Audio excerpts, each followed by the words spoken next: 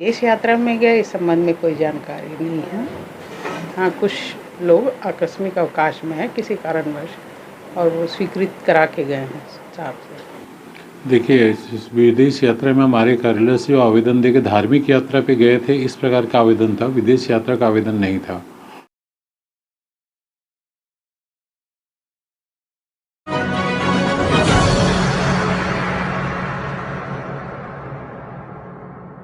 नमस्कार, मैं शशिकांत और आप देख रहे हैं सनसनी टाइम्स। हमने इस मामले पे लगातार आपसे बात करते आपको दिखाए हैं। हम बात करें शिक्षा विभाग के मामले को लेकर।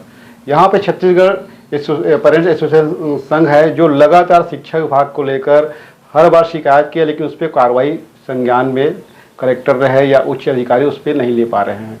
क्या कारण है कि उस पर संज्ञान तो लेते हैं लेकिन कार्रवाई नहीं कर पाते। हम बात कर रहे हैं कुछ पिछले महीने की, जब यह डीओ जिला शिक्षा विभाग जो डीओ ऑफिस है वहाँ से 10 ऐसे कर्मचारी जो उसने आकस्मिक छुट्टी लेकर विदेश यात्रा गए थे, उस पर शिकायत पेरेंट एसोसिएशन ने किए थे, लेकिन उस पर अभी तक कोई कार्रवाई नहीं की है।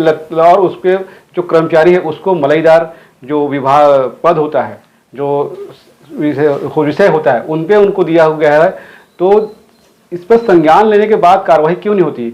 लगातार जो शिकायत कर रहे हैं हमारे साथ जो छत्तीसगढ़ पेरेंट्स एसोसिएशन के प्रदेश अध्यक्ष कृष्णोपाल जी, उनसे जानना चाहते हैं कि मामला क्या है और किस तरह शिकायत किए थे और उस पर कार्रवाई क्यों नहीं हो रही है।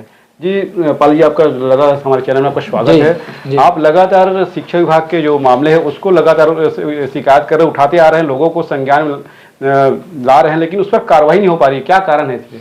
कारण ये है कि ये पूरी रीति से भ्रष्टाचार से संबंधित मामला है और ये एक सुनियोजित तरीके से इसको इंजाम दिया जाता है कि जब पूरे शिक्षा जगत को, पूरे राजनांदगांव को, पूरे जनप्रतिनिधियों को, अधिकारियों को ये बात जानकारी दी गई है कि जिला शिक्षा अधिकारी के कार्यालयीन जो कर्मचारी हैं लगभग 10, वो विदेश पर चले गए थे, विदेश यात्रा पर चले गए थे 6 नवंबर को।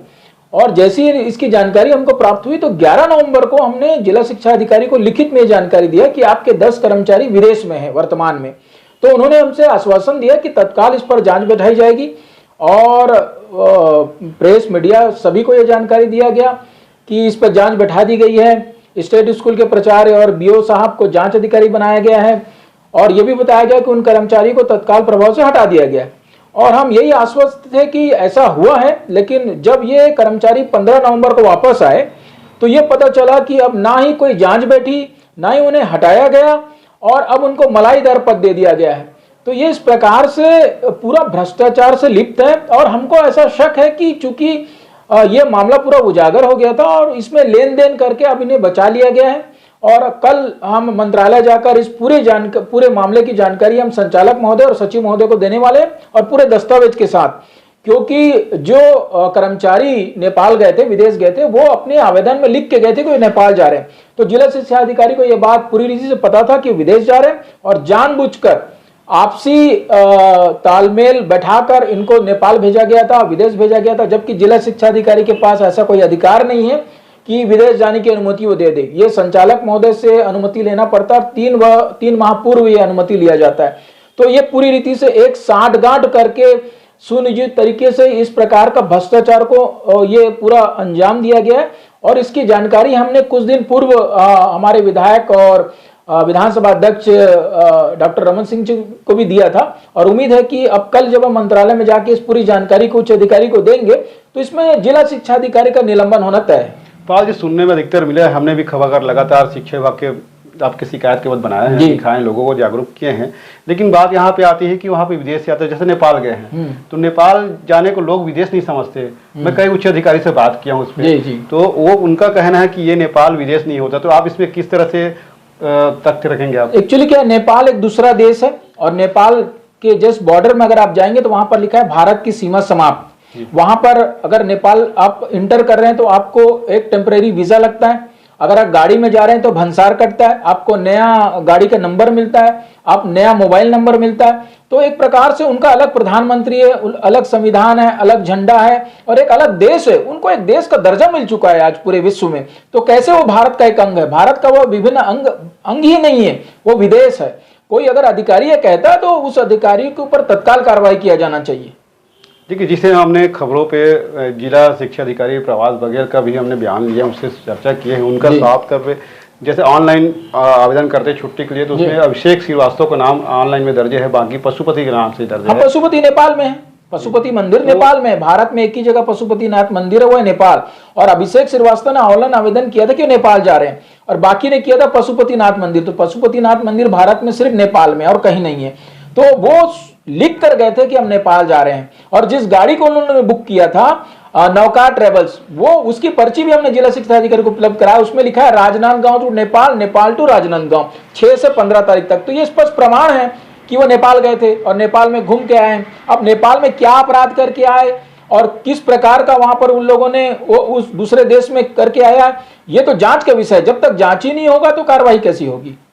देखिए, ये थे कृष्णोपाल जी, छत्तीसगढ़ पेरेंट्स एसोसिएशन संघ के प्रदेश अध्यक्ष, जिसमें लगातार शिक्षा विभाग के लोग जो भ्रष्टाचारी करप्शन चल रहा है वो उस पर लगातार शिकायत कर रहे हैं। उस पर पूरे दस्तावेज उनके पास में है, फिर भी अधिकारी इस पर संज्ञान लेने के बाद कोई कार्रवाई नहीं कर रहा है।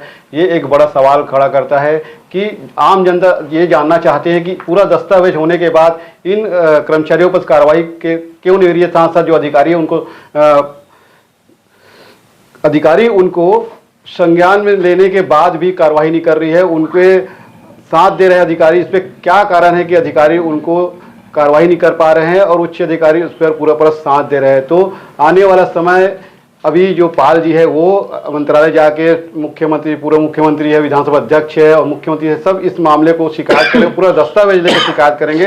तो देखना यह होगा कि इस पर शिक्षा विभाग का कितना बड़ा कार्रवाई होता है, और कार्रवाई होती है तो ये छत्तीसगढ़ ही पूरा राजनांदगांव की एक बड़ी कार्रवाई होगी। आप तक इस खबर का अपडेट हमको लगातार आपको देते रहेंगे। नमस्कार जी। अनुमति आप दिए थे, देखिए, इस विदेश यात्रा में हमारे कार्यालय से जो आवेदन देके धार्मिक यात्रा पे गए थे, इस प्रकार का आवेदन था, विदेश यात्रा का आवेदन नहीं था।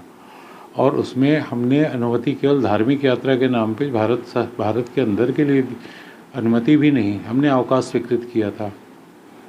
सर सूचना मिली कि उसमें तो किसी ऑनलाइन छुट्टी चढ़ाते हुए उसमें नेपाल लिखा हुआ है। उसमें एक आवेदक अभिषेक श्रीवास्तव के आवेदन में नेपाल लिखा हुआ है, और ऑनलाइन स्वीकृति में, उस अवधि में ऑनलाइन स्वीकृति सामान्यतः डीओ द्वारा अधिकृत क्लर्क द्वारा किया जाता है, तो उस समय उसने शायद नहीं देखा होगा। और डेट जो है सर 6 तारीख में लोग आवेदन किए थे, लेकिन वो छुट्टी 11 तारीख से है जी। उस अवधि में अधिकांश बहुत सारे दिनों में अवकाश रहा है।